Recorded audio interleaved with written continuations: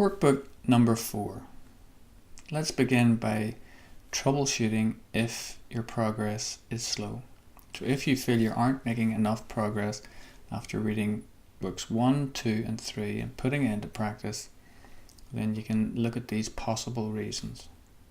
First of all, remember that CBT is an active recovery therapy. It's not just about learning how to cope with panic.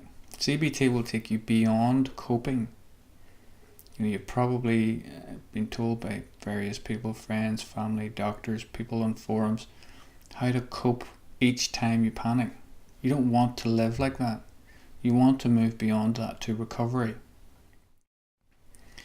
So while it's worthwhile learning about panic and learning the skills, if you follow the exposure practice carefully, you will recover. So if your progress is slow, ask yourself these questions. Do you really fully understand about panic? Have you read the books again and again? Do you really believe it? Go over it and over it and over it. Keep reading. Do you think you could explain everything in the 3 books without referring to the books? Do you know it that well? Because that's how well you need to know it. Do you know your recovery skills off by heart? So if I said to you, what steps do you take when you go through a panic attack or when you go through exposure practice, could you just recite them for me now? Do you know them that well? Do you practice every time anxiety arises? So as soon as anxiety arises, do you put the skills and the understanding into practice? Are you still getting caught out? You still worrying? You still misinterpreting? You still catastrophizing? And if you are, that's okay. It's just observe that. Do you use the panic attack diary when you feel panic? A lot of people who go through CBT and they know all about this and they still don't do it.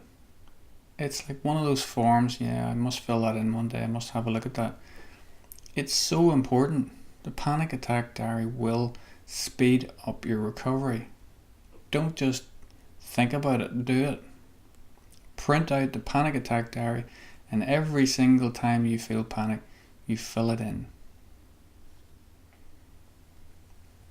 So have you worked out a proper exposure fear hierarchy? Have you really sat down, put onto paper all the things you're afraid of, the symptoms, sensations, the situations? Have you put them in the proper order? Are you working through it on a regular basis? Now, the reason I'm asking this is because so many people don't. They read the information, they think it sounds good, and they kind of do it their own way. Well, I'm afraid of that situation. Now I know about this. I'm just going to go into that situation and I'm sure it'll be fine. It's too haphazard. Do it properly, do it clinically, follow it carefully. And when you do exposure practice, let's say you are doing your exposure practice properly, do you still hope that you won't panic? It's very important. A lot of people, for a long time, when they do exposure, they're really hoping that they won't panic. So they'll go into a shopping centre or a restaurant or a cinema, and they'll really deep down hope they won't panic. It's a very natural thing to hope.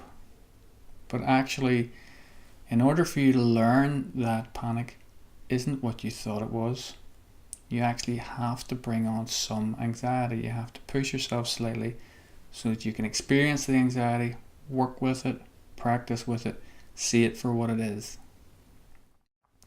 If you simply go out and you just don't panic and you get home and you think, I did really well, I didn't panic, have you really lost the fear of the panic doing that? You've had a sort of a success, you think, but you're still going, I didn't panic, it was great. So that means there's still a lot of fear about panic. When you do face some anxiety, do you actually wait and let it happen, or do you still escape? Do you not wait long enough?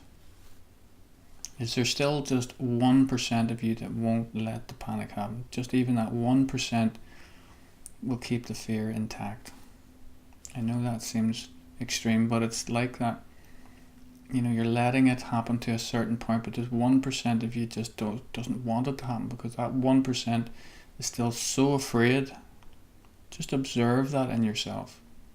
If you're honest with yourself and you see that, then you can work with that.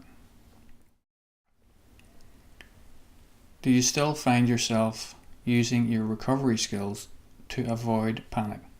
Very important. There's a lot of skills in workbook number 2 that could be used to avoid panic. Right? You're thinking, when I panic, I'll do all these skills, then I won't feel it so bad. Is that the way you're approaching this? I believe that you need some skills to help you cope with panic when it's happening, but not in order to avoid the panic, stop it, get rid of it, block it out. I believe you need some skills to help you see it through, so that you can see it for what it is. Are you hoping you won't panic again? Is that your main wish? I just hope I don't panic again. Because again, that shows there's a lot of fear surrounding panic. So if you're really hoping deep down you won't panic again, that means you're seeing panic as a big bad thing that is dangerous. It's serious, it's catastrophic. When you get to the point where you say, if I panic, it's just adrenaline, then you're really feeling deep down, I understand this now. I can actually let myself experience that feeling, because that's all it is. During an attack, do you still analyze and question why you panic? Why is this happening to me? Why am I like this? Why can't I do this CBT? Maybe I'm no good at this.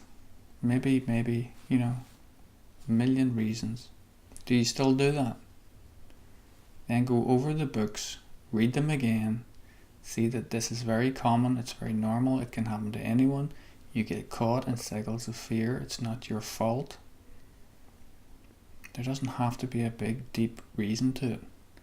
If you can uncover the cycles of fear, the mistake that you're making, you can recover from panic attacks.